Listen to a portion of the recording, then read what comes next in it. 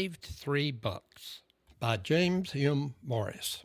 On a crisp fall Saturday afternoon in 1965, our black dial telephone rang and I answered it.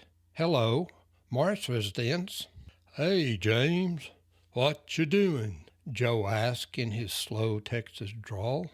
I just got in and cleaned up after cleaning out cattle guards all day. I guess Dad's still pissed about me knocking the antenna off the car the other day. What'd you do? Slide under a mesquite limb going around a curve on a dirt road at 60 miles an hour? Joe asked with a chuckle. I said, well, something like that. But I found the antenna and was able to stuff it back into the hole it came out of. Unfortunately, it didn't seem to work quite right, and Daddy happened to walk by and tried to raise it, and the whole thing came out. And you know who he blamed. And without any evidence, and Joe replied, laughing, your old man ain't no fool. Are you gonna do anything tonight? I said, well, I guess I'm kind of in a twilight zone. I haven't been officially grounded. You know, my folks really don't do that. But I seem to be in some kind of a punishment phase for the antenna thing. So I would say my chances of getting permission to go to town are pretty slim. And my chances to take our car or pickup to town are 0 to hell no. After a long pause, Joe asked, well, what do you think your chances are of spending the night over at my house? Worst comes to worst, we could shoot at some rabbits down in the pasture, play some dominoes, and then watch the Grand Ole Opry on TV if nothing better comes along. I said, damn, Joe, you make that sound so exciting. It's hard to say no, but that's sure better than staying at home. Hold on, I'll ask. After a short absence, I returned and reported, all set. I can even take the old work truck over to your house. But I can't take it anywhere else, as if I would risk doing that. I'll see you in a few, okay? Bye.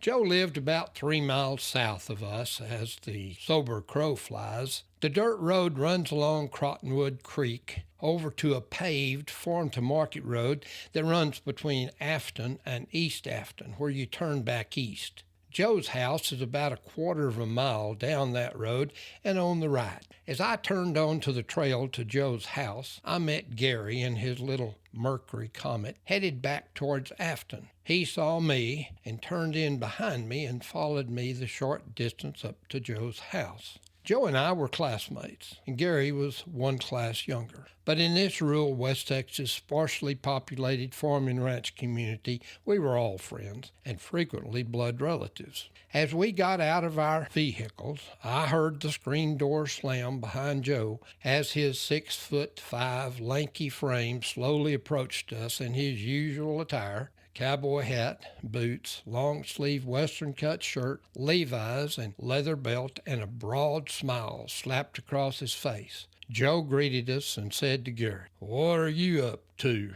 Gary, whose growth had been stunted as a child by polio, was still small for his age, but in good general health. He had a twinkle in his eyes that belied any prior health difficulties, a quick wit, and a ready smile accentuated by dimples that made the girls swoon. Up to no good, I guess, he responded with a laugh. The bigger question is, what are y'all up to?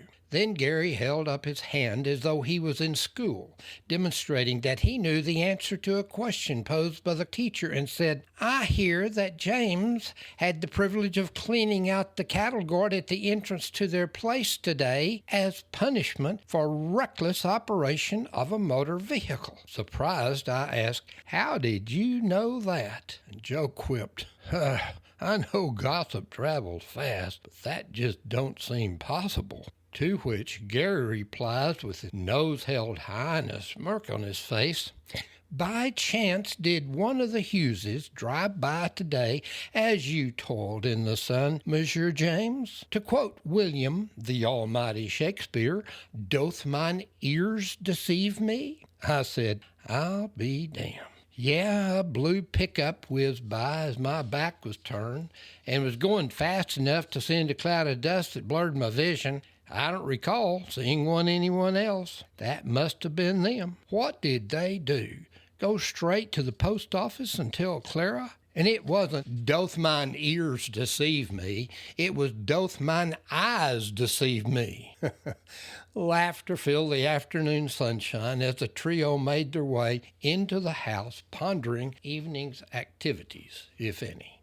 After a brief discussion and a home-cooked meal by Joe's mother, the boys sat on the front porch discussing their entertainment options for the evening. It was quickly discovered that the first choice was to go to town, but that presented an ethical problem that was discussed in some detail. Gary had been briefed on James's dilemma and needed clarification. "You were being punished today, right?" he said. I responded, "I would say so, yes. It felt like punishment to me. We didn't have any other work pressing today. No cows to work, no fields to plow, no fences to fix, no windmills to repair, and the cattle guard wasn't in that bad a shape. And Daddy played dominoes at the gin office today. He didn't work. And he never came out and expressly said, 'This here's punishment,' but it felt like it to me. What do you think?" Joe shook his head in affirmative as he replied, "If it sounds like a duck, looks like a duck, quacks like a duck, I'm betting it's a damn duck."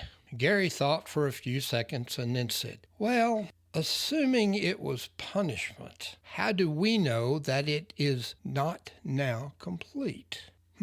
Following the logic, Joe chimed in, "Yeah. If the punishment is complete, the only question remaining is, did they flat out tell you that you could not go to town?" And Gary followed that with, "James, did your folks expressly tell you that you could not go to town?" Still a little worried, but wanting to agree, I said, "I see your point, but I do not want to lie to them. I asked if I could spend the night with Joe, and they said yes." Gary and Joe replied almost in unison. "So if you go to town with us and you spend the night with Joe, that will not be a lie. That is exactly what you promised them you would do, right?" "No problem." After an extended silence, James smiled, and Joe smiled, and Gary smiled. And then James added, "I do not have enough money for popcorn and a Coke and admission into the drive-in theater." Joe jumps up and searches his secret stashes for money while Gary counts his. Everyone puts their money in a pile on the bed and they count it. Sure enough, they have enough money for refreshments, but not refreshments and admission into the drive-in theater. And Joe seriously asked, "Is a movie worth going to without popcorn and a Coke?" This obviously required individual voice votes. And James, "No." Gary, "No." Joe, "No." Without speaking further, they walked out of the house to Gary's little comic car, and Gary opened the trunk. The trio stood in silence for several minutes, staring into the trunk. Then instinctively they formed a circle, facing each other, and Gary said with an air of confidence, "I say we can pull it off." Joe says, "Me too, but I ain't driving." Gary responds, "I really don't think Joe and James can fit into this little trunk. That means it would have to be me and Joe. Could you drive, James?" I considered the thought and retorted, "I'm not real sure you and Joe can fit in there, but that's the best chance we have, in my opinion. And yes, I will drive." The crime was planned, premeditated is the legal phrase, and the trio departed for Spur, a town 20 miles north of Afton, with a drive-in theater. Expectations and excitement were high, and the boys were dressed in their finest Saturday night Levi's, button-up shirts, hats or ball caps, and boots, ready for a night out. A short distance from the theater, Joe and Gary curled up in the truck, filling its space completely. Joe looked like a praying mantis, with Gary wedged in the center. Joe complained of something poking him in the back, and both complained that the floorboard was damp. I shut the lid and was surprised at how low the rear of the car rode with them in it. We went through the gate looking like we had no rear shocks or springs. Fortunately, there was a line. The clerk was real busy, and we entered without question and made it to a microphone on the back row of the theater where Joe and Gary unwound from their trunk cocoon. Shortly after their exit from the trunk, they began to complain about itching.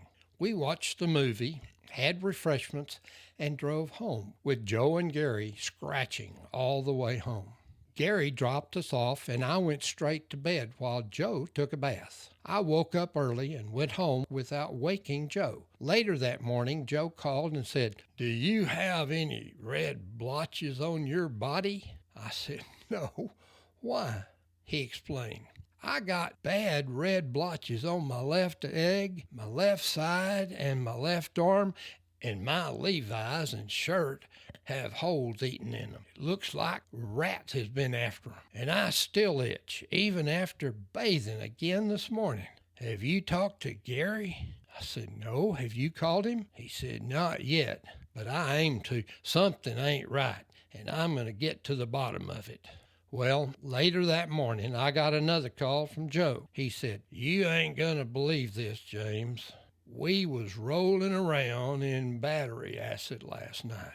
Gary looked in the trunk of his car this morning and found a battery turned on its side with battery acid everywhere. It's a wonder we ain't burnt up worse than we are. I ain't going to sneak into any more movies, I'll tell you that."